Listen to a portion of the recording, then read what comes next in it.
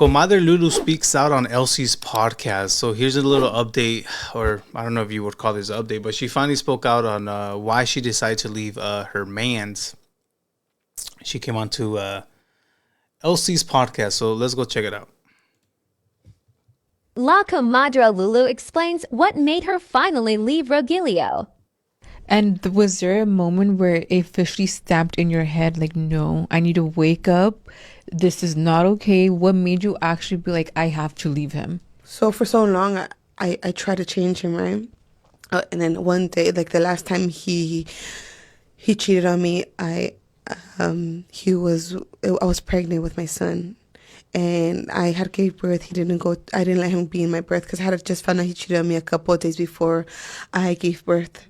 So I was like, okay, I'm done. Like, I can't do this anymore. I'm pregnant. Like, how could you cheat on me while I'm pregnant? Like, that was the most vulnerable moment in my life. Like, why would you do this? Like, I'm carrying your child. And I was like, I can't do it. So I told him, get out. So he took all his things. I was going to be like, I'm done. But I was in such a vulnerable place that moment. I had just a newborn. Yeah, you were going through postpartum. I was going through postpartum. He would come and visit us, and he would come and try to help me. And like I said, he would change for a period of the time. In the moment that he would change, he would be the guy that I dreamed of.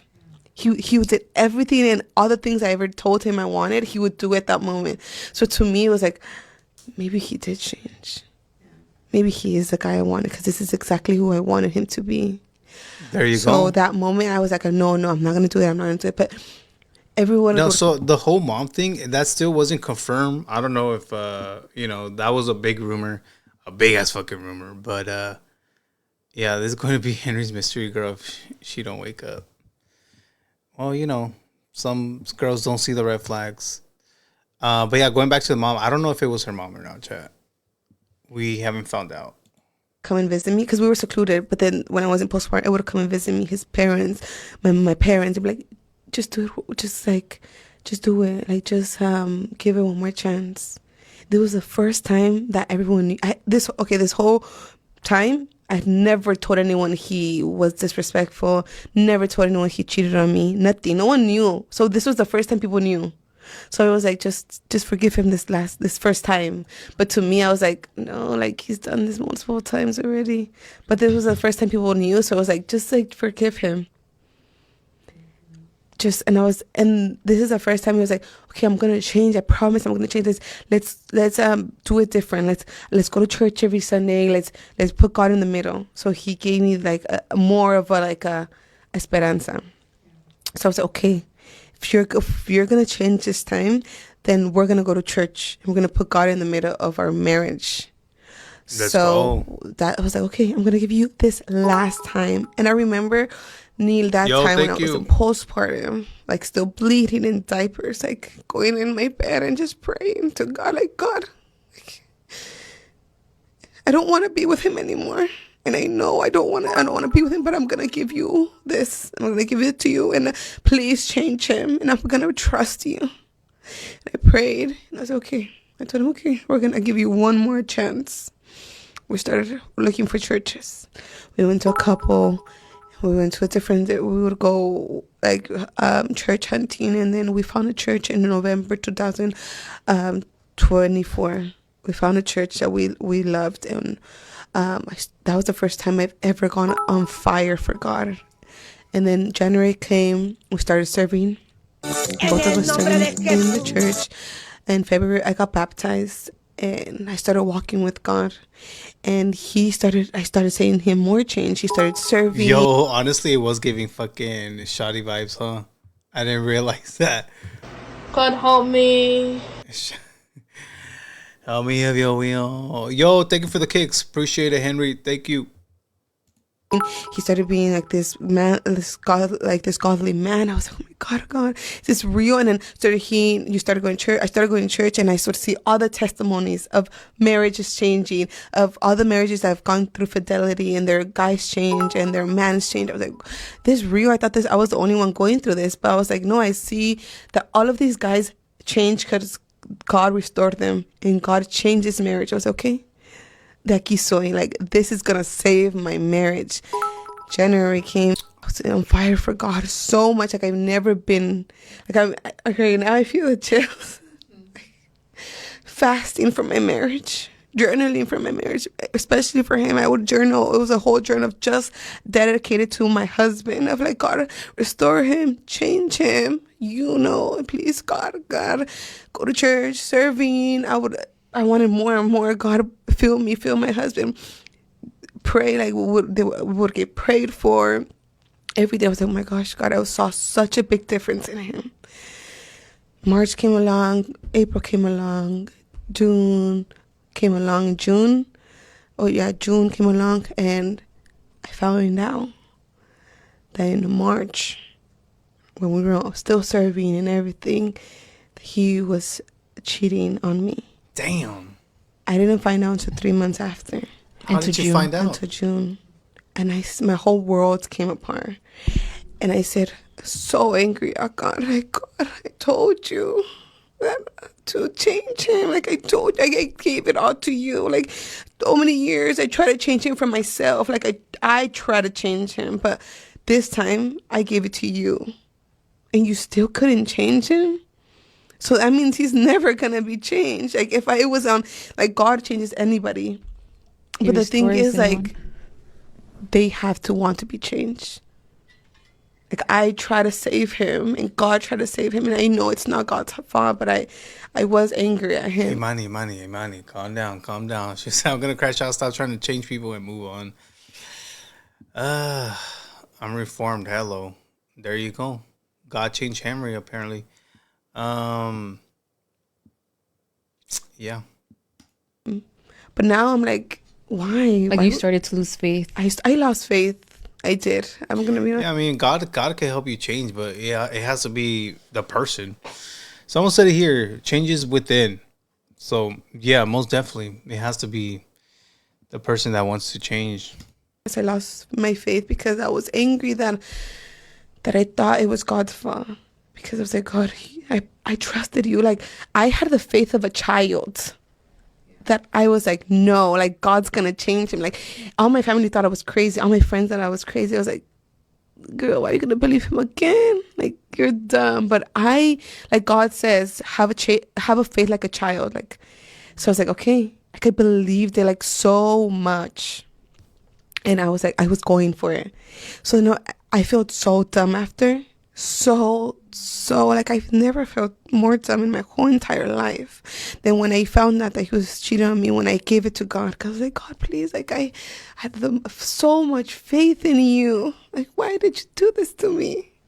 So that's when I said, like, I can't no more, because if God could not change you, then nothing I could ever do, no matter how much I change, you will never change, because you do not want to be changed. And I started seeing him for the person that he was. And that was the moment I said, okay, I'm done.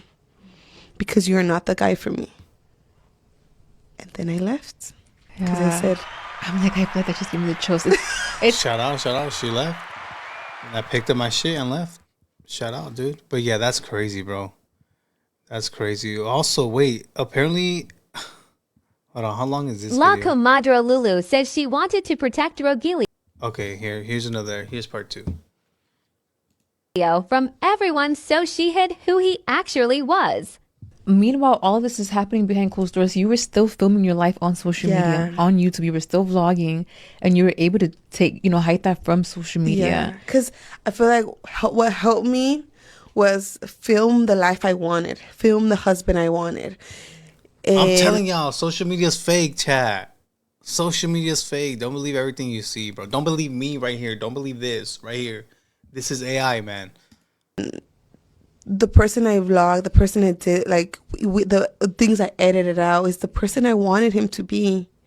I edited a lot of him out, of who he really was, because I didn't want no one to see him that way, because it hurted me. I loved him so much.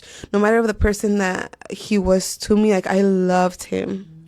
And I wanted people to see the good in him, because I always had this idea of him, and I was like, I saw so much potential in it. He just did this. Like I tried to tweak him into the the guy I wanted, and that's what I wanted people to see him as. Mm-hmm. It's always the potential that we see in them. Yeah, that literally just mind mind blows us. Yeah. And we make up this fictional character in our head. I think I was more in love with the idea of who I thought he could be. Yes. And who he was, because he was very disrespectful to me. And what hurt me the most is not him doing it.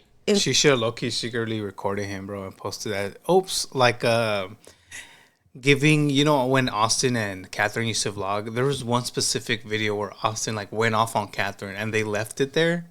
I think it was a beginning, like an intro in their bathroom. That's what she should have done, bro. That's what she should have done. Expose his ass. Closed doors, but he doing it in person, like when people were around. Oh, because I was like, I can't even hide you when it's in front of my friends. In front. I don't know why I try to hide it so much. He used to do it in front of friends? Oh, hell no. That's a red flag right there. Because there's something psychologically wrong with me. I don't think it's your fault though. But I just feel like I'm so dumb. Like I knew he was like such a wrong person for me because he was very rude and like grosero. But I'm like, I don't want people to know. Like you were hiding that from your family. Because I feel like my mom was very she would tell people exactly how my dad was. And to me, I was like, okay, I'm gonna do the opposite. I'm gonna hide everyone from who he was, like my husband is. Like I don't want no like it was just between me and him. All my problems I would never tell anybody. I would tell I had like two really close friends, and I would tell things to, but I would still not tell him. Yeah, don't tell anything to anyone, bro. Keep your problems to yourself, especially as a couple. Don't tell anyone, dude. Unless, you know, unless they ask nicely. I'm just kidding. Nah. Recommend it. Don't tell shit to anyone, bro. All the things. Because it was like, if I could just like hide it from the world. Especially friends and family. Dude. Because then they start seeing your partner a different way. And yeah. No. Like, maybe people wouldn't notice. And if I could take all the punches and that would be okay. Oh, and you're raising your two babies. I know, but I'm just like... And you're also the breadwinner in your household. Doing all of this, trying to be a stay-at-home mom, trying to be a good wife to your ex-partner, trying to raise your kids, trying to create income for your family. But I just thought, like, he's going to change one day. Like, if I just change myself so much to the person that he loves, like, maybe he would just see one day, like, I'm worth it. And he will change. He's going to change. And so I've always had the faith that he was going to change. Like, he's going to wake up one day and he's going to be this whole different person. La Comadre Lulu. I mean, shout out, man. I do feel for her, but hopefully this isn't her new identity. This is not her new content. You know what I mean? If that makes sense. Like, hopefully we don't see her TikTok and it's all about her divorce, you know?